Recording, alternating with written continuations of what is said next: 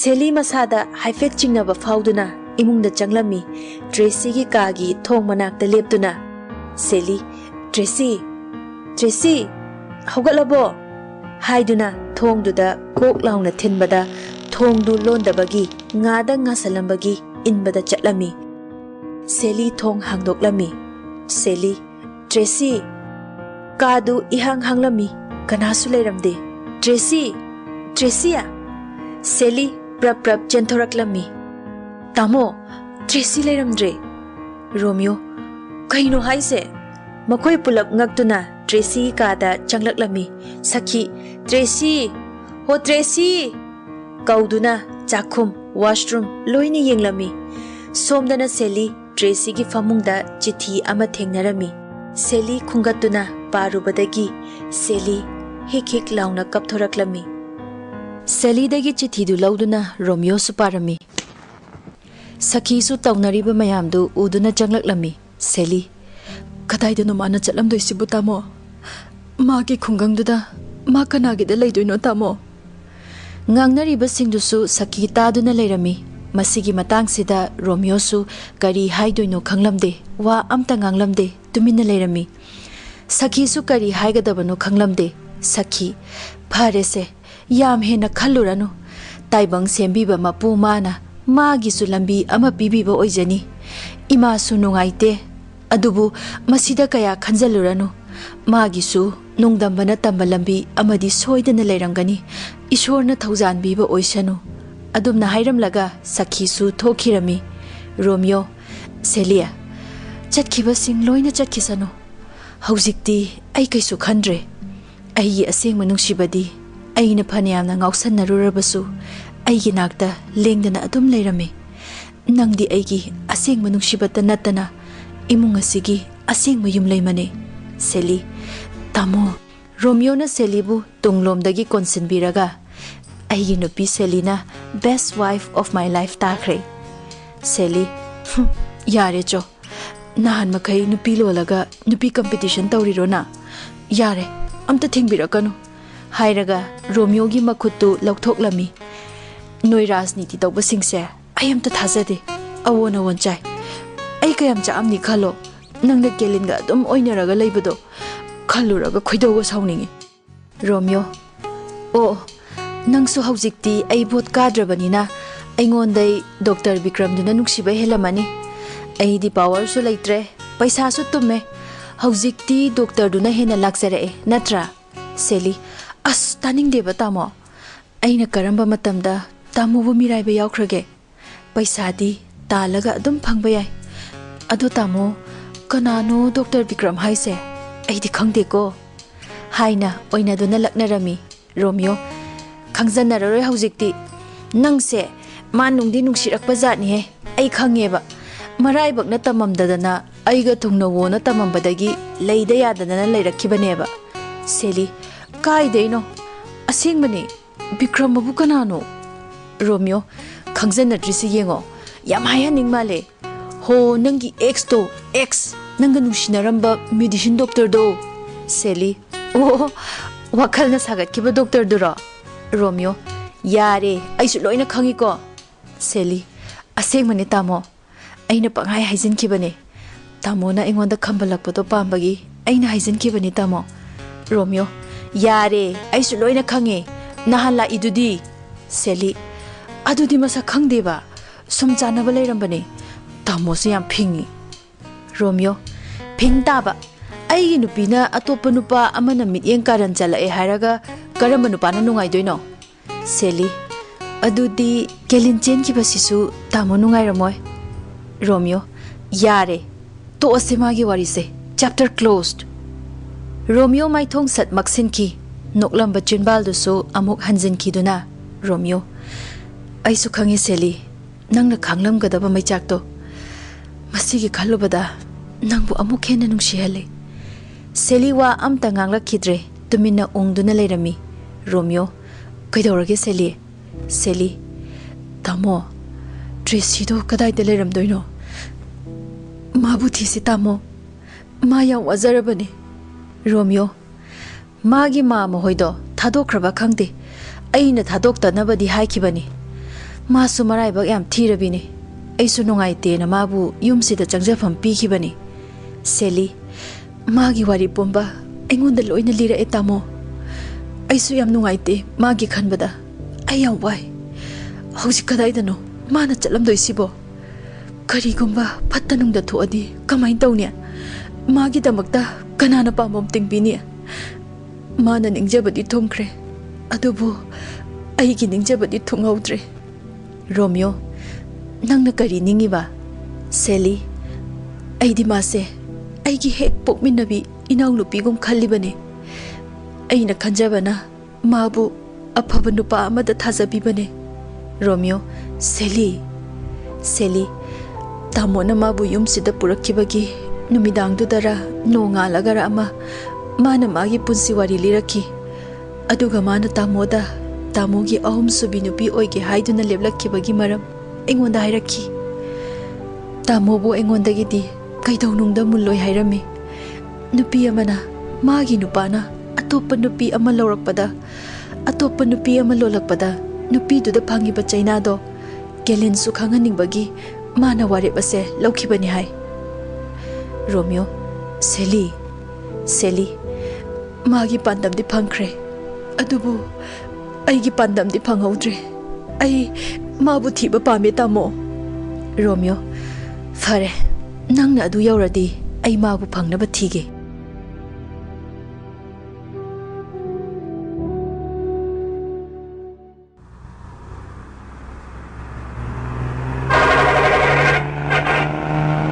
सोमदना Tracy बस तोंगदुना लेरी थोंनाव मयादा फमदुना लबुक लमहांग चिंया तमयादु येंगदुना Laramie Anna चलिबसि कदाइदनो कनागिदनो Anna थुंगदौरिबसिना ngayaki apaiba nungsit amana aibu mafam asida purakibani adubu haujikti ai lamuknare mai kai khangdre adubu ai imphalda amuk khana chatpadi pamdre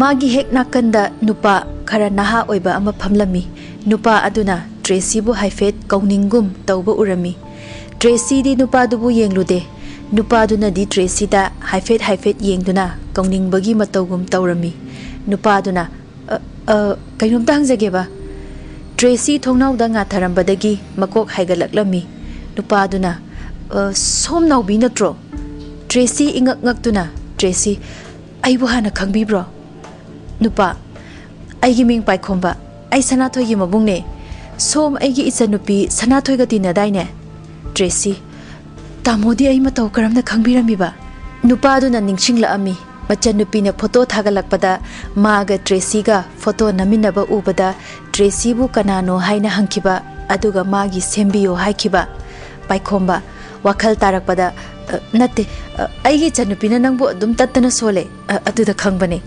Tracy tamodi nahan makai ekhoi khonda udena paikhomba ai mapanda lairik tamaga lairubane tholakpa kuidri nangdi imphal chatluiro Tracy khumpham khanglamde mangaktang haifet nomlami ngaihak lairaga makhoigi bus parking yaurami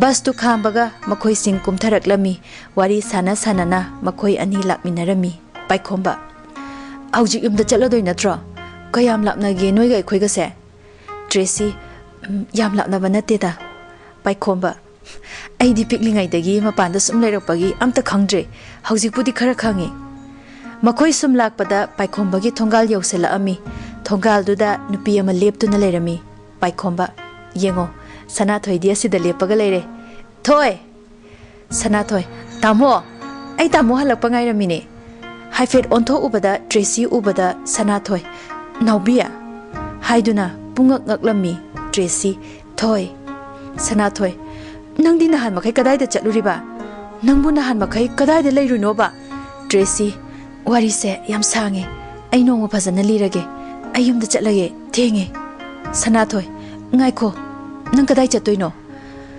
haujikti mama ke sogi yumdo mabu police na phakibadagi khura tomba hoina mangonda bandop thamena leishin krabane nang haujikti chatlurano pharak tarani Tracy asing magiro nang hairi se thoi sanathoi matam khara aikhoigi sida leirase Tracy wakal phumbangna helami mana thangadawriba khongthang masa mathanta khangjaramde wasu ngangningba phauramde Sanathoi lao changase tamo aidi ikawbu kawrure ai imanabine mama kesogi Tracy Sanathoi na wa haiba loidringaida yare to ase ai mafam sida kanamtaga mari leinade ai mama keso kananu khangde thoi Sanathoi naubi se sumle pagalai changase lao Tracy thoi ai halage Sanathoi kadaida Tracy khangde Sanathoi yare yam paktre lao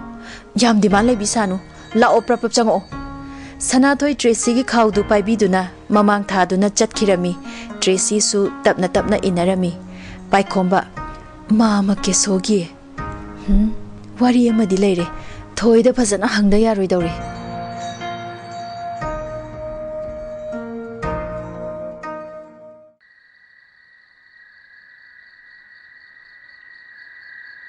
Numidangduda Sushil Pritam Romeo cheers Pritam nungai rehe mantri dai santri da hantarak pasidi prasadi lairadana aigi nupina phau aigi wa tabidre Sushil nungai banida matam do Pritam haujikti kari upai lai prithibi matum tai haiduni koina chaluraba matungda hanagi mafamda adum tai duni haujikti kaida tai lada tai thikada adum hanjale Romeo khudingmak temporary ngaktani permanent amta laite sangsar sida power su nupi su paisa su loina makhong pale chap manai Pritam nupi di hainu da Romeo seli di permanent tara dudi Romeo khangde tamo tambangam de nupi ki thamoi se thasaningai leite da Sushil power paisa sangsar gi nungai ba singsina thadok lamlaga chakhraba phawba mana nangi damak leplibado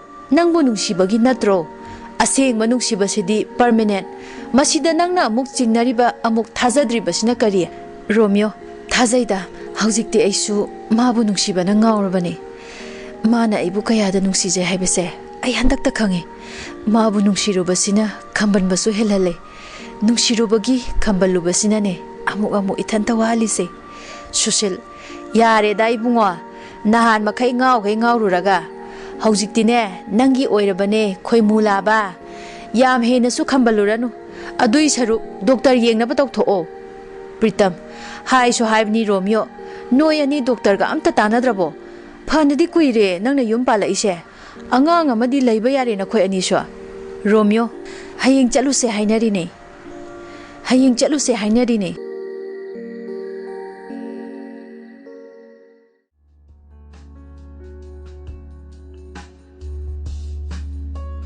Report asigi matungina seligi oinadi karisu asoiba leite adubu Mr. Romeo gida sperm count si khara neme masina angang unaba ngamdabane adubu hojikti medical science yamna chakhalabane noigumna angang unaba ngamdraba couple singi hojikti technologies kaya ama thoklaklabane in vitro fertilization tawbana hena fagani Manipur da su tawba yagani adubu mapan lamdana hena khudong chaba oigani khale agi motadi wakhal sonthaba tawbigano Romeo ga Seliga gi maithongdu imak maksil lambagum tawrami doctor Manipur gi hospital singda su IVFC mai pakna tawnaba yawrabani somgi choice ne decision dudi nakhoyani tanaraga lepiro mapan da tawgi hairasu Delhi da su agi doctor khangnaba yamna lei makhoi ga tanaba su kanagani Romeo aduna success oidrabadi doctor soidana oigani macha yawbo ngamdaba mayam amadi haujikti macha phangnari sidi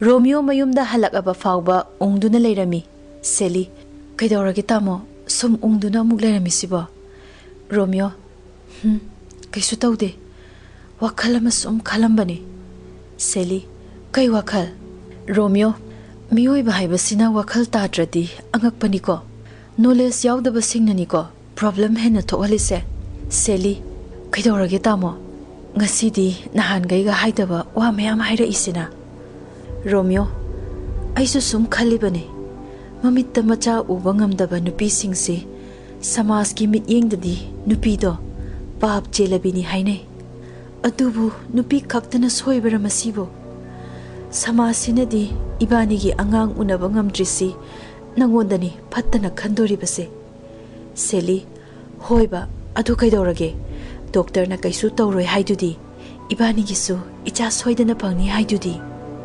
Romeo सेलीदा Munna ममित कुप्तना येंगदुना Laramie सेली कैदौरगे कहिगिनो अदु मुना येंगबिरुदुबो Romeo सेली नंगसे असुक नुंसिरिसे कहिगिनो सेली momo नोक्चदुना यारेसे ticket कक्पदो date कया की कक्पिदोइनो Romeo तांग 10 की कओना हाइख्रबनी तंजादुदा सखीसु चंगलक्लमी सखी नोइबु दिल्ली चटपा हाइबदुबु करम कांदा चटके हाइरिनो इमादी पंथबा पामद्रेको रोमियो इमा लाक्लिबा तांग 10 की टिकेट कओ हाइख्रे अंगांगसिंगदा सखी नुमित कयानी मुक लेरक्तोइनो रोमियो अदुदी एखोइसु खंगद्रि इमा सखी सिदा सुम तौबा याय हाइरए हाइरिदुबु मपांदा अमुक चत्रसु सिदा अदुम तौरदि फगदबा रोमियो स्वाइदा लैरिबा डॉक्टर सिंगसे थाजबा वाले इमा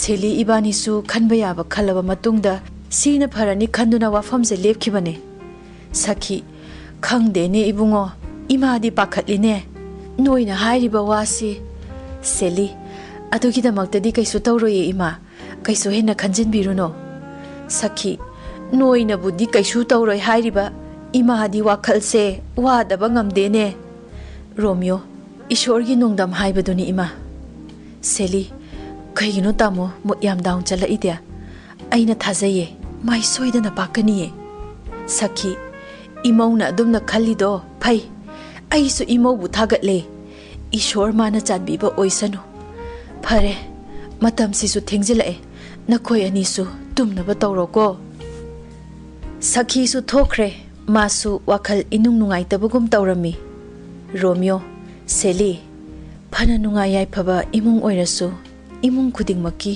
अवाबा नुंगाइतबा अमममदी लोइना लेको पैसा फनियाम पाइबा इमुंग ओइसनु बिल गेट्स मुकेश अंबानी मखोय सिंगसु पैसा फनियाम पाइरसु मखोय गिसु अवाटपा अमदी सोइदना लेरंगनिको सेली यारे बसे आइगिदी आइगी मित्ता नुसिबा इचा अमा उरबा तामोना इनाक्ता लेंदना लेरबा अदुसु अतोपा मुक्लोंदना इथंतगी ओइना अदुदी आइना पेंदबा अमता लेरोइबु रोमियो सेलिया आइने आइ ngasidagiने मिटसिनाने नंग नतबा नुपी अमा फाउने हन्ना येंगारोइको सुएंग येंगजरारोइ हाइसिनी सेली अदुदी हेनमंद्रो इमासु येंगारोइ हाइरिरो मखोय अनि पुलप नोकमिनरमी रोमियो थेंगे तुमना बतौरसिसे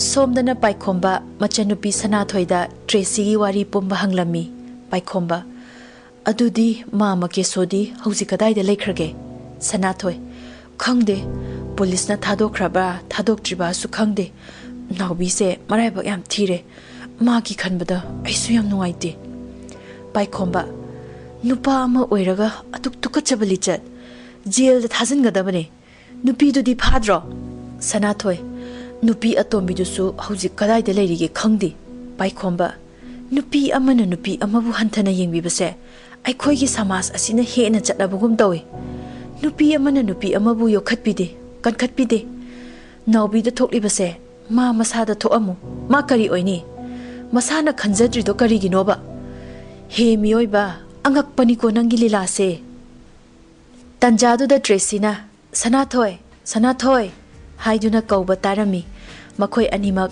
वारी चप लेपी सनाथोय हाउ आइसिदा लेये ट्रेसी सनाथोय उबदा मपान लोमदा थोकलक्लमी ट्रेसी नंदी नुंदांग थिंगा कानसिदा सिदा कैदौरमीबा सनाथोय तामोगा वारी सानरंबने नंगसु लाओ सिदा फमो ngasi ahingse yam phajayena yengambane पाइखोंबदी ट्रेसीदा हाइफेट हाइफेट लोना येंगजरमी Tracy paikhomana yenglakpaduda michanaba ngamlamde. Tracy yare he nangsu. Sanathoi ima hoi loina tumkrabo. Tracy tuma mani ga saina nangsu mang bhanya mangamani. Aido butki sima yengubane aduda sumki zaraba aduda nang thibala ine. Sanathoi tauni nangdi kina kigaliba yengna yengzaningiba yare changasilo. Sanathoi fuk hawgalaklami. Makhoi ani su changminarai tungda paikhombasu tabna inaraklami. Paikhombasu magi kada changlaklami. Adubu phana kuina phamungduda phamduna wakal khanduna leirami. Tracy gi wakalda amuk mathanta momon su nokcherami. Tracy ga maga michanaba ngamdana lukthakiba momon nokpasingdu mamita sangsang uduna leirami.